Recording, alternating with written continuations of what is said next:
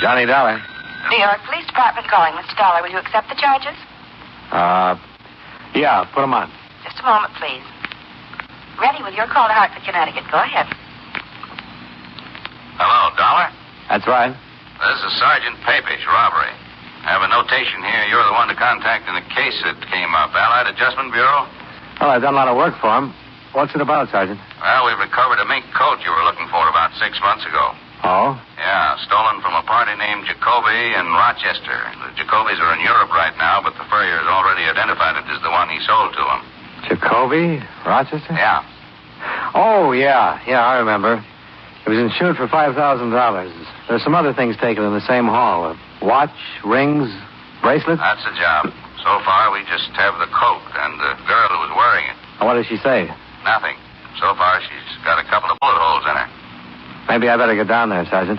Room 212, Sergeant Papish. Right. Hi, fellas. Expense account submitted by Special Investigator Johnny Dollar to the Allied Adjustment Bureau, Markham Building, Hartford, Connecticut. The following is an accounting of expenditures during my investigation of the Rochester theft matter. Expense account item 1, $1.65. Person-to-person collect call from Sergeant Papish, New York Police Department. Item 2, $32.56. Train fare and incidentals between Hartford and New York City after clearing authority to resume on the Jacoby case. It had been stalemated 6 months before when the Rochester police and I were unable to recover any part of the items stolen from the Jacoby residence. I arrived in New York at 1:35, dropped my bags off at the New Weston, then went directly to the Metropolitan Police Station.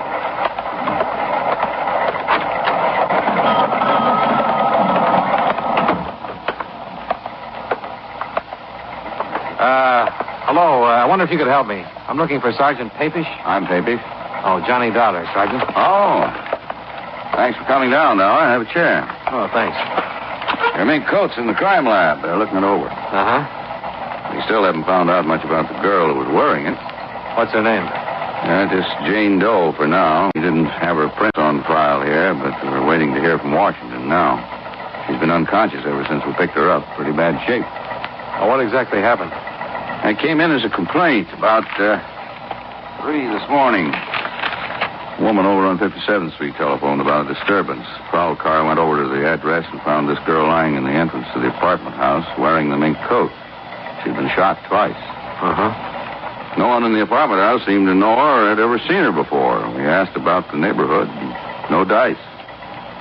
But we did find out how she got there. Oh? The lady across the street said she saw a man drive up sometime after midnight and unload the girl from his car.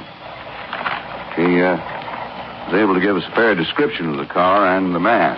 Yeah. Thanks. But nothing definite. No license number or anything like that. Could be any car and any man, from what she said. Got an APB out, of course. Was there a purse or anything? Nothing. The dress she was wearing came from a store downtown. Hundreds just like it. The coat was the only item that might have helped, and it turned up listed in the stolen property file. How about jewelry? Small diamond ring on her little finger. When I looked over the list of things taken in that Jacoby robbery, it doesn't fit any of those. Look at it if you want to. I'll take your word for it. I suppose the insurance company paid off the claim. Yeah, the whole thing. Well, at least we have the coat back for you. Maybe we'll get a line on the other things when this girl regains consciousness. If she does. Pretty bad, is it? Yeah. Nice-looking girl, too. Only about 25 or so. Excuse me. Sure. Robbery, Sergeant Papish.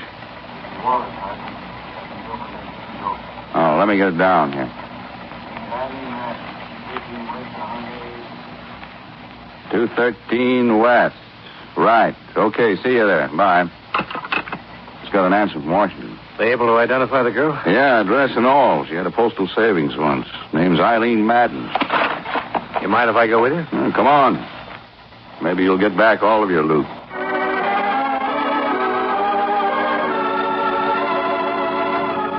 I accompanied Sergeant Papish to the address for Eileen Madden. It turned out to be a fairly nice apartment in a fairly nice neighborhood. By the time we arrived there, a full crew of technicians were at work giving the place a complete check. Sergeant Papish introduced me to a tall, heavy-set man. This is Mr. Dollar from the insurance company, Walt. Sergeant Walters. Hi. How are you, Sergeant? Oh, fine. I'm afraid we haven't done any good for you so far. Haven't found anything here to go with that mink coat. Oh, have you talked to anybody around here yet? Just getting started on it. The lady who lives across the hall might be able to help us. Where is she? In there. Her name's Ethel Stromberg. Mrs. Okay. I'll take it here. Right.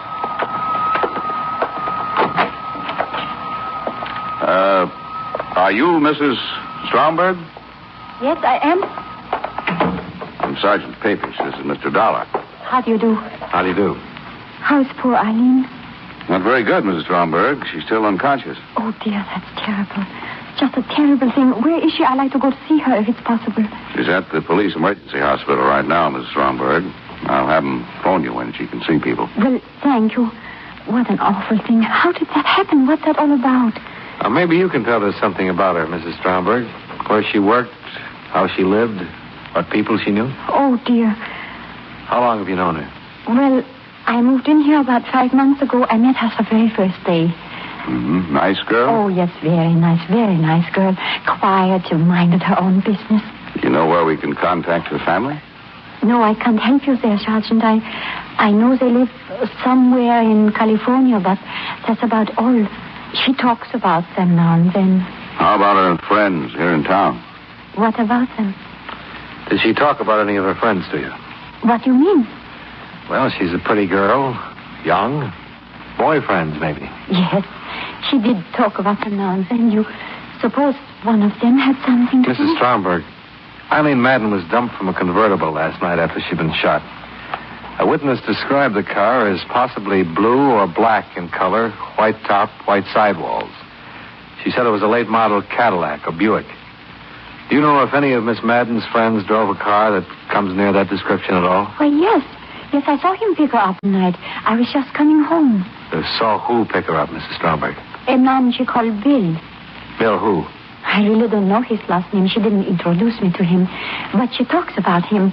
He drove a black Cadillac. Can you tell us what he looks like? Well, he seemed very tall. As tall as Sergeant Papish here?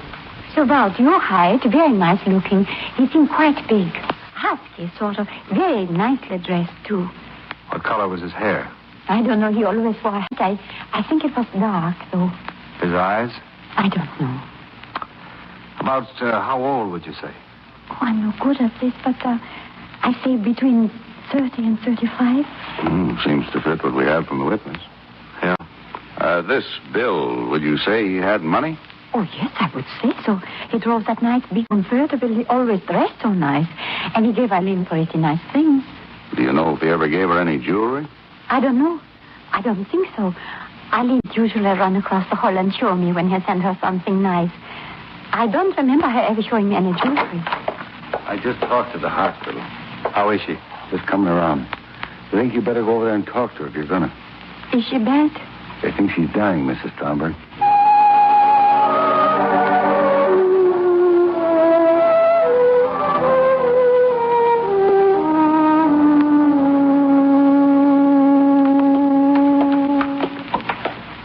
Think she'll make it? Hard to say right now. Sometimes they rally.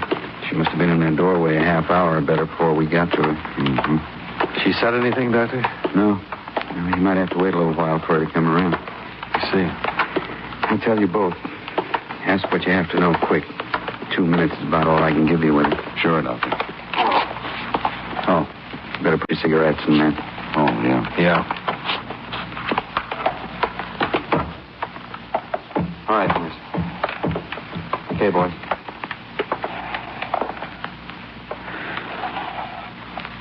She conscious? Yeah, she can hear you. Are you Eileen Madden? Is Eileen Madden your name? Yes. You're seriously hurt, Miss Madden. Can you tell us how it happened?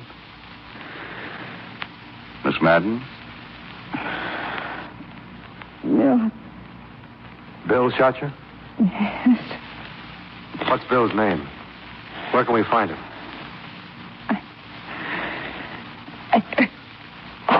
Doctor. Watch it. Nurse, hand me that.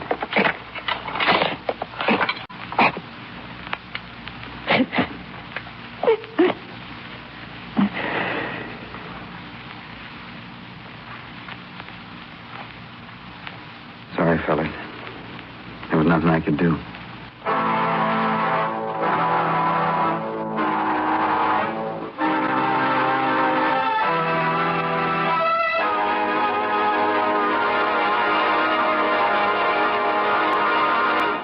Now, with our star, John Lund, we bring you the second act of Yours Truly, Johnny Dollar.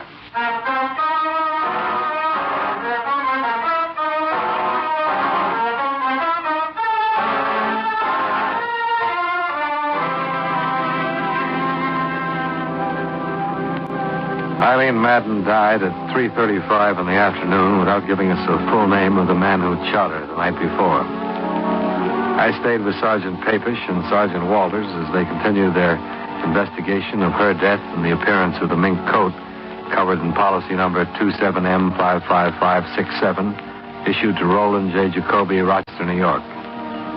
The apartment where she had lived yielded some information. Here it is. Letters from Robert J. Madden in Riverside, California.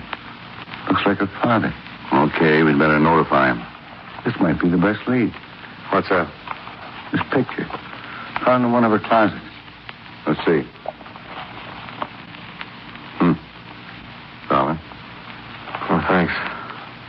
Love, Bill. He loved her, all right. Yeah. Anybody identified this yet? And Mrs. Stromberg's supposed to be here right now. What time are you? Oh, 5:30. She said she'd be here at 6. Anything on the bullets? They didn't check with anything in our lab. Ballistic says it was an Army 45. Bill 1911 model. Pretty good gun for killing. What gun is it? Oh, I got the wrong room at first. Oh, come in, Mrs. Stromberg. You remember Sergeant Papish and Mr. Dollar? Yes. Do I have to answer more questions?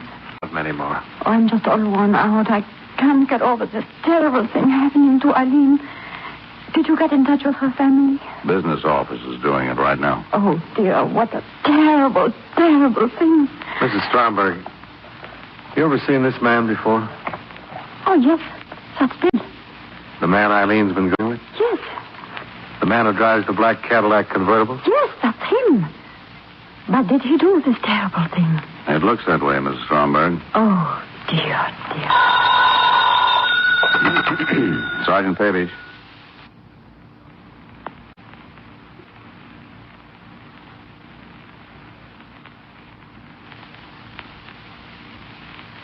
Yeah. Yeah, right. Goodbye. Did Eileen Madden ever mention to you that she had been married? Why, no. She never did. Was she? In the state of New York in 1951. Just found out from vitals. Divorced? Yeah. Her ex-husband's name is Bill. Bill Powers.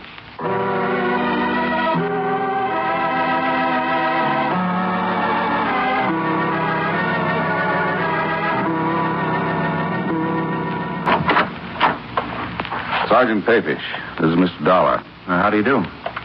What's the matter? May we come inside, Mr. Powers? Sure. Well, what's this all about? Do you know a woman named Eileen Madden, Mr. Powers? Yeah, sure. We were married once. Why? Eileen Madden was shot to death last night, Mr. Powers. Eileen?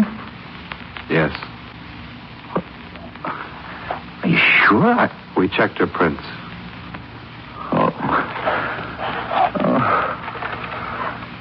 Shot? Yes. What happened? How could a thing like that happen? That's what we're trying to find out, Mr. Powers. I can't believe it. Eileen dead. Have you seen her lately? Well, yeah, I saw her last week. Had a drink together.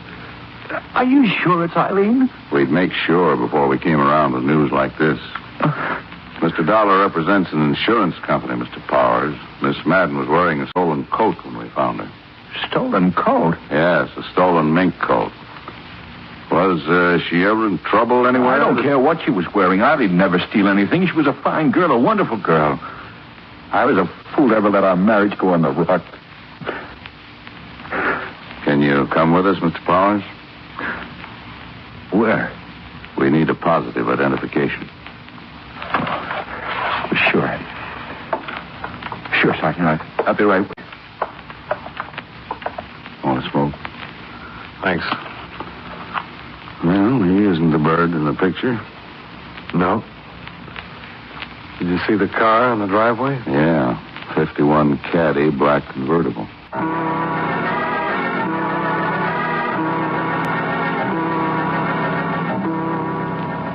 On the way to the city morgue with the ex-husband of Eileen Madden, we tried to get more information from him regarding her activities up to the time of her death. But Powers seemed so distraught that he could only speak of their short marriage and the reason it had ended. It was an old and especially sad story of a man who couldn't provide well enough for a beautiful wife. However, once he'd seen her body at the morgue and identified it, he seemed to get better control of himself. We all walked across the street for coffee. I hope you get whoever did this, Sergeant. I hope you get him fast. We sure want to, Mr. Powers. Why would anybody do that to Eileen? Why? Maybe you can help us answer that. Oh, you're just interested in that coat you say she was wearing. Well, mister, I don't believe she was wearing a stolen coat. What do you think of that? I'm just looking for the facts, Mr. Powers.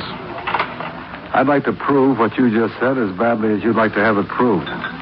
But we have to start somewhere. You can understand that. I suppose so. You told us you saw her last week for a drink. That's right. Have you been seeing her right along? Yeah, sure. Did you know that she's been going with somebody else? Sure. Then you know Bill? Bill Chambers? Yeah. Well, I don't know him, but she talked about him a lot. Is this Bill Chambers, Mr. Powers? Yeah, that's him. I thought you knew. You're sure this is him? Sure.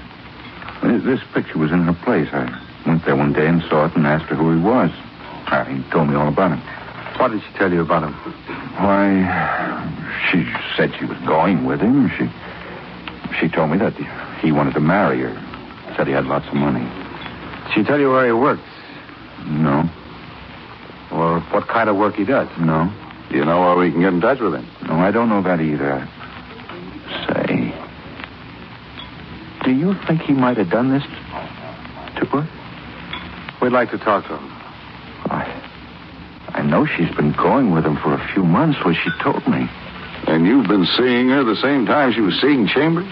Well, yeah, that's right. She didn't want to marry him. Me again. You know what kind of a car Chambers drives? Cadillac. Thought you never met him. Well, she told me about his car. It's another thing.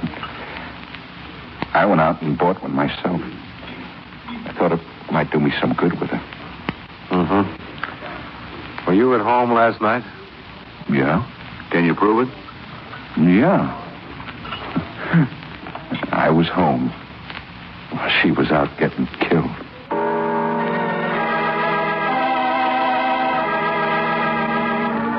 The name William Chambers was checked through the New York police files. They listed 24 persons who more or less fit his general description. It took 2 days to locate and talk with all of them. Neither Mrs. Stromberg nor the witness who had seen the body dumped from the car could identify any of them. An all-points bulletin regarding the suspect and his car had been issued as soon as we learned his name. Same results. Nothing.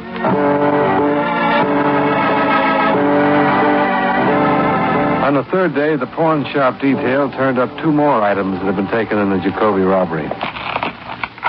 There they are. Huh. Watch and ring. Jacoby stuff? Case numbers on the watch checkout. The ring's engraved. Where'd they wind up? Shop on 3rd Street. The proprietor said it was sold yesterday. Man who sold them signed the Bible, James Agenian. How about his description? 5th Chambers down the line.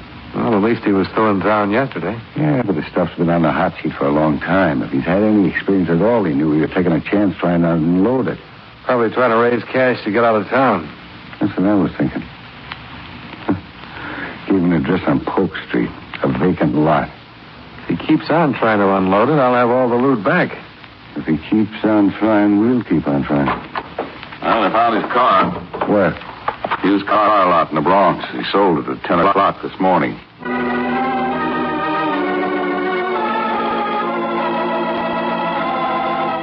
At At the used car lot, we learned that a man answering the description of William Chambers had driven in that morning and offered a black 51 Cadillac convertible for sale.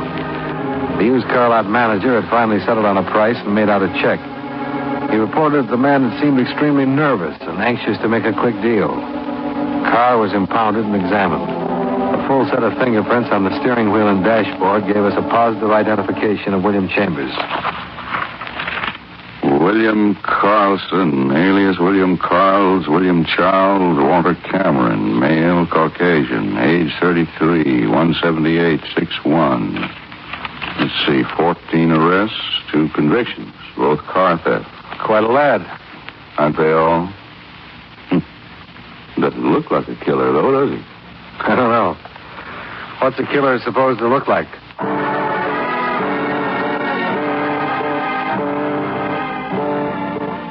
The search to locate William Carlson, alias William Chambers, extended to all parts of the city. The associates and relatives listed in his criminal file were contacted and questioned. All of them denied having any knowledge of his whereabouts. In the meantime, 2 more pieces of stolen property connected with the Jacoby theft were recovered by the pawn shop detail. Each of the pawn shop proprietors identified the mugshot of the wanted man. He used different names in each instance. The handwriting was the same. Each address had to be checked out. I went with Sergeant Papish to the one he had given on 78th Street.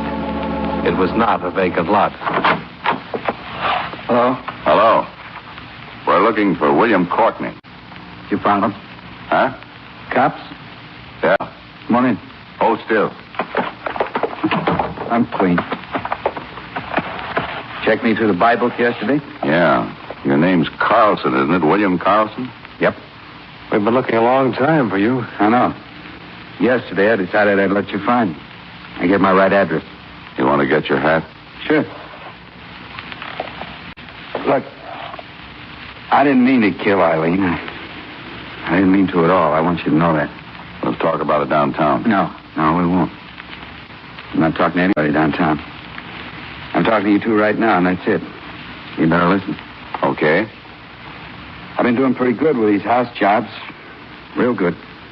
Enough to find myself a nice car, get some clothes, get around a little bit. I work all alone. I met her. I liked her. I wanted to marry her. I did. I really did. We went out the other night, and I gave her the mink coat for a present. I thought that'd cinch you. She didn't want to take it. She told me she was going to marry some guy she'd been married to before. I thought I'd have it. That's all? That's all. That's it, mister. I could have run. Sold my car. Getting rid of a lot of odds and ends I have around. I decided not to, after all. I don't want to run. Okay, let's get with it. I remember I let you get me. I wrote my address right down where I knew you'd check it out. Okay. And there's no more talking. You two got it all straight. What's the matter with you, anyway? You got it all? I mean, about everything? Yeah, I've got it. Okay. Hey, wait a minute. You guys are too late. I took it when I heard you knock on the door. Where's the phone? Too late, I tell you. It's in my stomach now. Too late. Not for me, brother. I handle plenty of babies, just like you. Too late. Grab him, Nip. I got it. Go. Here we go. Shut up. You're going to stand trial, baby. Sergeant Papish had handled attempted suicides. A lot of them. And in the 5 minutes before the arrival of the emergency ambulance, he managed to force William Carlson to take an antidote that saved his life.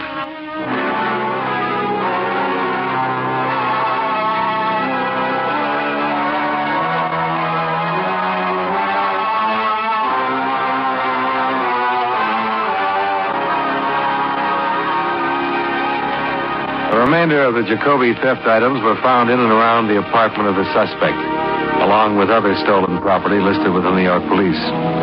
All of the articles in the enclosed list have been impounded and will be available following the trial of William Carlson. Expense account item 3, hotel and board while in New York, $88.65. Item 4, same as item 2, transportation back to Hartford. Expense account total, $155.42. Remarks, Please file a copy of the above report for the information of William Powers in regard to his ex-wife, Eileen Madden. I think this is what he wanted. Well, that's it. Yours truly, Johnny Dollar.